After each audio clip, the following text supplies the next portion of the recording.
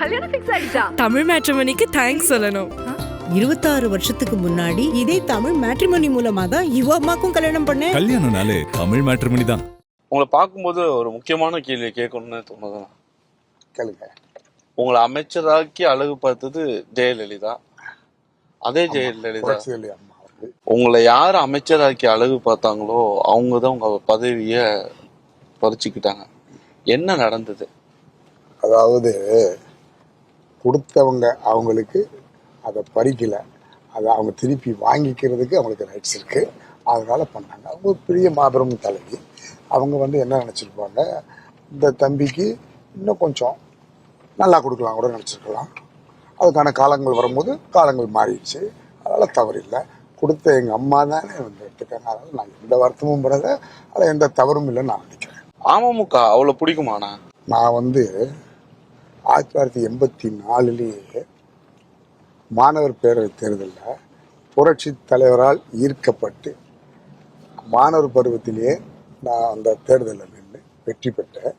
அப்போது சட்டமன்ற உறுப்பினராக இருந்தது சைதை துரைசாமி அண்ணாவாங்க. நான் நந்தனம் கலைக்கல்லூரியில் மாணவர் பேரவையில் வெற்றி பெற்றேன். அந்த அளவுக்கு ஈடுபாடு உள்ளவங்க. நீங்கள் அடுத்தபடியாக கேட்ட கேள்வி அமமுக பிடிக்குமான்னு கேட்குறீங்க. அமமுக இல்லை, அமமுகங்கிற கட்சி வந்தோடனே நாங்கள்லாம் ஃபெடப் ஆகிட்டோம்.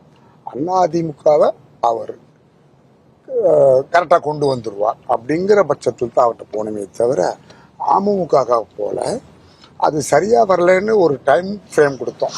அமமுக ஆரம்பித்த பிறகு கூட ஒரு டைம் கொடுத்தோம், அது சரியாக வரலைங்கிறதுனால நாங்கள் இங்கே வந்துட்டோம், எங்கள் தாய் கழகத்துக்கு வந்துட்டோம். அதுதான் உண்மை. ஓபிஎஸ் என்ன சொல்லி நான் கூப்பிடுவீங்க? இப்போ கூப்பிட்டா துரோகின்னு தான் கூப்பிடணும். இப்போ கூப்பிட்டா துரோகின்னு கூப்பிடணும். அப்போ முதலமைச்சர்னு கூப்பிட்டோம், இடைக்கால அமைச்சர். இப்போ துரோகின்னு தான். நான் இல்லை, இது உலகமே அறிஞ்ச விஷயம். அவரை துரோகின்னு தான். ஏன் துரோகின்னு கூப்பிட்றேன்?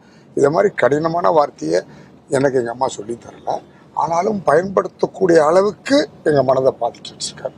என்ன காரணம்னு கேட்டிங்கன்னா, இந்த இயக்கம் எதற்காக ஆரம்பிக்கப்பட்டது அப்படின்னு கேட்டிங்கன்னா, திமுகவுடைய செயல்பாடுகள் சரியில்லைன்னு புரட்சி தலைவரால் இயக்கப்பட்ட இந்த இயக்கம், உருவாக்கப்பட்ட இந்த இயக்கம், அம்மாவால் இது வளர்க்கப்பட்ட இயக்கம். இந்த இயக்கத்துக்கு துரோகம் பண்ணிட்டு இந்த இயக்கத்தில் முதலமைச்சராக இருந்துட்டு நீங்கள் மறுபடியும் அதை எதிர்முகாமுக்கு போகிறது எந்த விதத்துலையும் நியாயம் இல்லை. அதில் எந்த விதத்துலையும் நியாயம் இல்லை. அப்படிப்பட்டவங்கள தமிழ்நாட்டில் தமிழில் சொல்ல வார்த்தை துரோகி. அதாவது கஷ்டத்தோட சொல்கிறேன். கல்யாணம் ஃபிக்ஸ் ஆயிடுச்சா? தமிழ் மேட்ரிமோனிக்கு தேங்க்ஸ் சொல்லணும். 26 வருஷத்துக்கு முன்னாடி இதே தமிழ் மேட்ரிமோனி மூலமா தான் இவ அம்மாக்கும் கல்யாணம் பண்ணேன். கல்யாணம்னாலே தமிழ் மேட்ரிமோனி தான்.